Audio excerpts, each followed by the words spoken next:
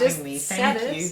You were made the commander of the Order of the British Empire. You were honored by the Prince of Wales in the Buckingham Palace, so it was quite recent, in March this year. So tell us about it. How was it?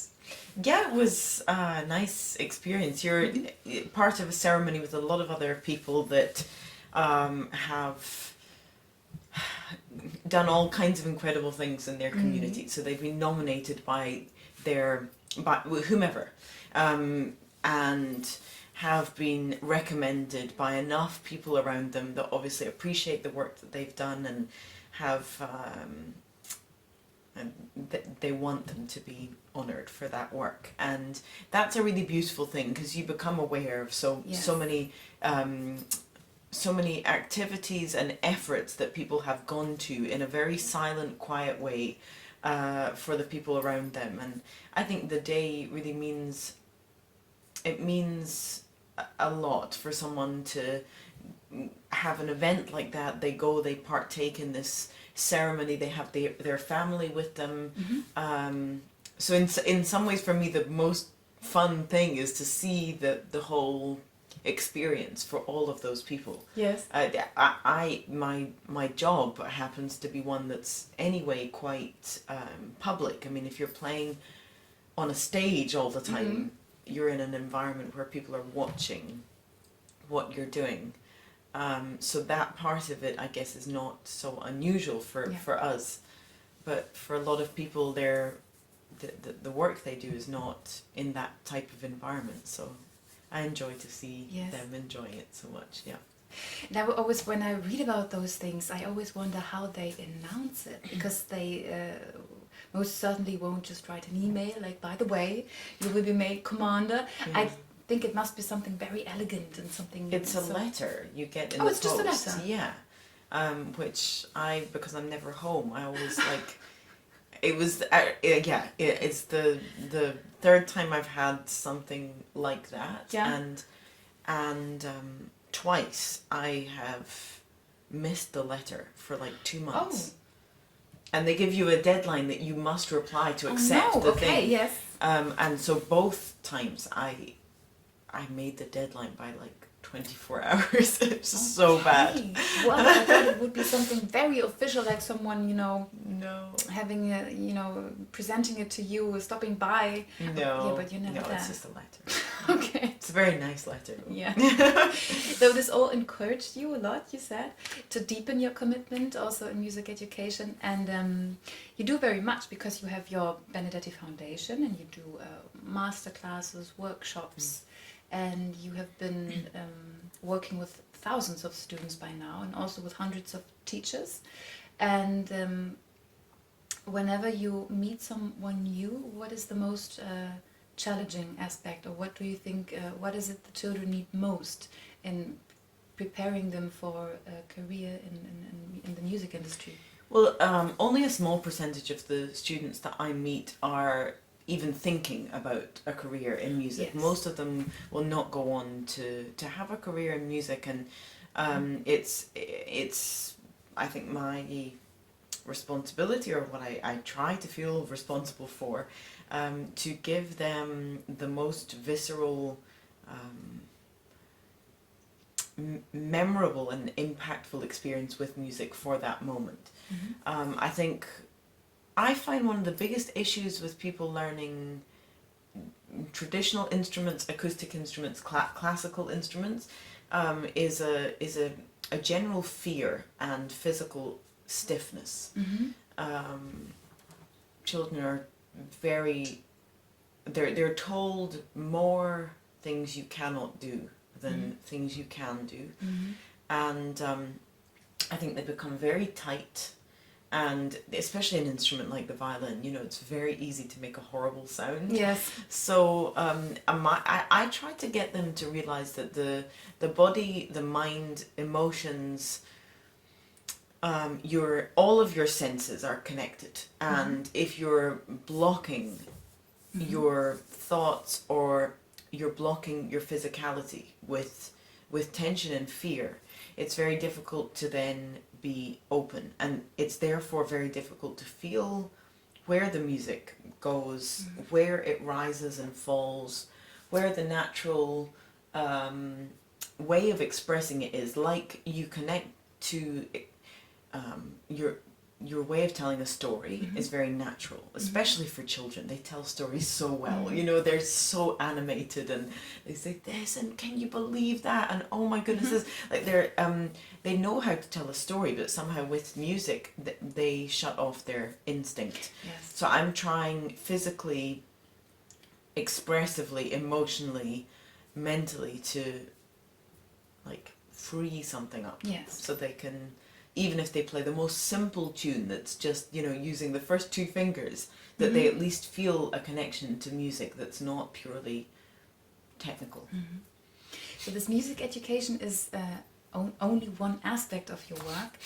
This week you will release your new album, which is really interesting and probably to you very special because it has been especially written for you, the music, by a musician who I respect so much, by Wynton Marsalis. And what kind of a process has this been from getting to know him about 10 years ago and getting him to write for you? Yeah, like a very varied experience and process. I mean, I've known his playing for a long time and admired not just his playing, but his all-round advocacy for what he believes in and what he does. He's a totally fascinating person and somebody you are always challenged by and learn something from all the time.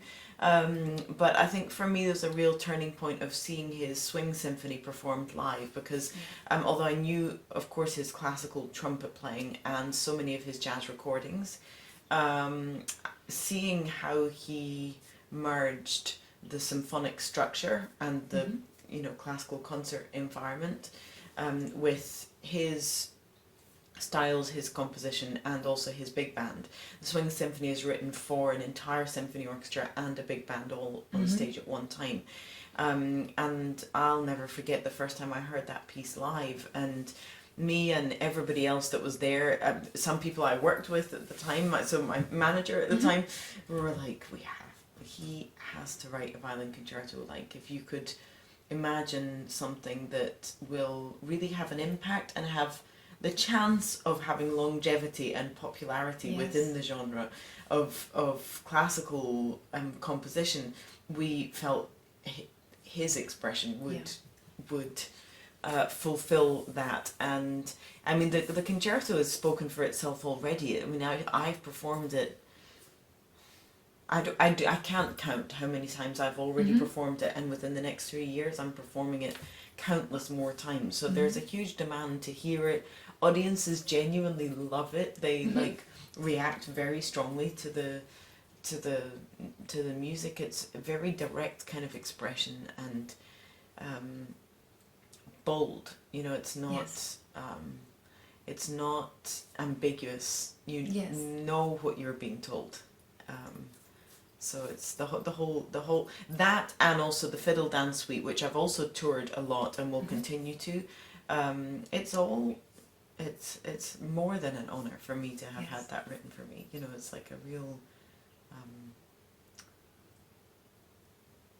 once in a lifetime thing. I can't imagine I'm going to have many more experiences like this in my life. Well, you wrote the violin concerto in D, and then more recently the Fiddle Dance Suite. Yes. And I read about Wynton saying, because it's very interesting. You can hear one movement and it's very calm. It's quite classical, and then in the next one you will encounter New Orleans jazz elements, and then the next movement may be elements from Scottish folk music. And he said it's not. This is not being bored of the classical traditions. And it's also not trying to make classical music more popular, and I thought that was very interesting. It was trying not to become a victim of what you are known for. Could you explain this? Well, I think for him, he is uniquely placed in the amount of things that have influenced his compositional style, but also the depth to which he has studied all of those things. He I guess has been labeled many things that are not accurate to him, and I think he's also lived a particular life of having to defend beliefs and fight against a lot of misunderstandings and prejudice, not that are personal to him, but that are cultural, are racial, are artistic too. And so I think what that has meant in terms of what comes out when he writes music is a really unique combination of sound worlds, but that he puts into something that's so absolutely clear and very direct. So I don't know, it's a very, very colourful, complex picture that maybe actually I'm too close to almost be able to see clearly. It's like I know too much of everything that he is and that's gone into his compositions, and the process has been, you must have been working quite a lot and talking quite a lot, so you are too far in. Yeah, absolutely. Yeah, I'm looking up from inside the project. Yeah. Nicola, thank you so much for being here. We very much look forward to this album, to listening to it. If we want to see you live this year, I think there's only going to be one chance at the Rheingau Festival, right? Yes, I think I've done most of my German performances for the year, so just coming back in the summer, I think I'm playing Bruch Concerto at the Rheingau Festival, and but there'll be plenty more next year. Okay, and you're going to be on tour in several other countries. Always on tour. Yes, yeah, always. So, if you want to catch Nicola Benedetti live at her violin, then there will be a link below this video so you can see where she's going to have some concerts. Nicola, thank you so much again. It has been a pleasure, and thank you very much for watching. Bye.